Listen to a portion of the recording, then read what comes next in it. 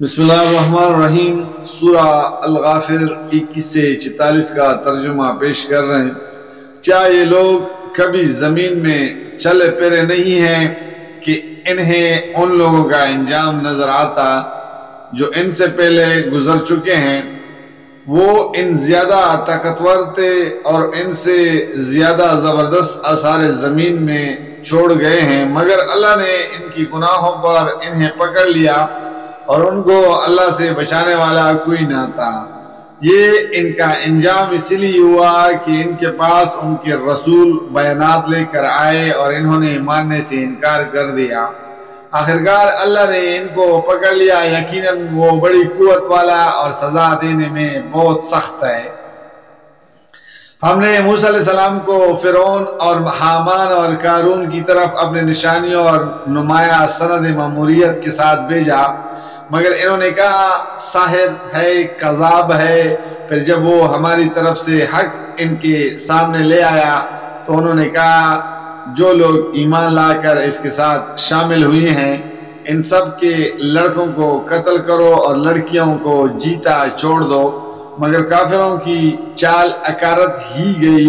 ایک روز فرعون نے اپنے درباریوں سے کہا چھوڑو مجھے، میں اس موسیٰ علیہ السلام کو قتل کیے دیتا ہوں اور پکار دے کہ یہ اپنے رب کو، مجھے اندیشہ ہے کہ یہ تمہارا دین بدل ڈالے گا یا ملک میں فساد برپا کر دے گا۔ موسیٰ علیہ السلام نے کہا میں نے تو ہر اس متکبر کے مقابلے میں جو یوم الحساب پر ایمان نہیں رکھتا اپنے رب اور تمہارے رب کی پناہ لے لی ہے۔ اس موقع پر آل فرعون میں سے ایک مومن شخص جو اپنا ایمان چھپائے ہوئے تھا بول اٹھا، کیا تم ایک شخص کو صرف اس بنا پر قتل کر دو گے کہ وہ کہتا ہے کہ میرا رب اللہ ہے، حالانکہ وہ تمہارے رب کی طرف سے تمہارے پاس بیانات لے آیا؟ اگر وہ جھوٹا ہے تو اس کا جھوٹ خود اسی پر پلٹ پڑے گا، لیکن اگر وہ سچا ہے تو جن ہولناک نتائج کا وہ تم کو خوف دلاتا ہے ان میں سے کچھ تو تم پر ضرور آ ہی جائیں گے۔ اللہ کسی شخص کو ہدایت نہیں دیتا جو حد سے گزر جانے والا اور کذاب ہو۔ اے میری قوم کے لوگو، آج تمہیں بادشاہی حاصل ہے اور زمین میں تم غالب ہو، لیکن اگر خدا کا عذاب ہم پر آ گیا تو پھر کون ہے جو ہماری مدد کر سکے گا؟ فرعون نے کہا میں تو تم لوگوں کو وہی رائے دے رہا ہوں جو مجھے مناسب نظر آتی ہے، اور میں اسی راستے کی طرف تمہاری رہنمائی کرتا ہوں جو ٹھیک ہے۔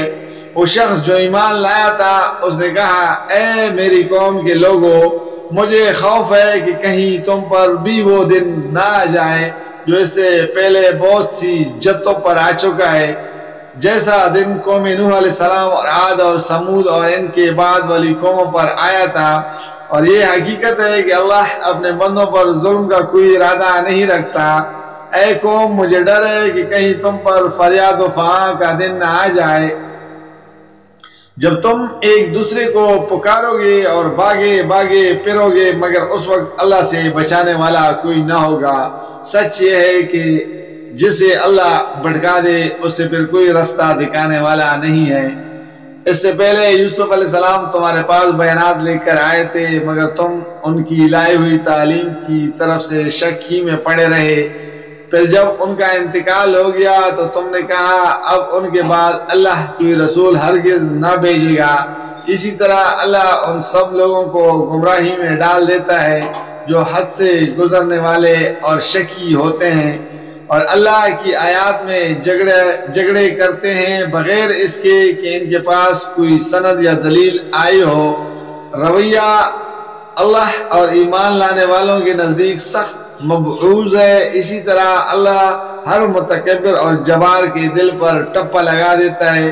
فرعون نے کہا اے حامان، میرے لیے ایک بلند عمارت بنا تاکہ میں رستوں تک پہنچ سکوں، آسمانوں کے رستوں تک، اور موسیٰ علیہ السلام کے خدا کو جان کر دیکھوں۔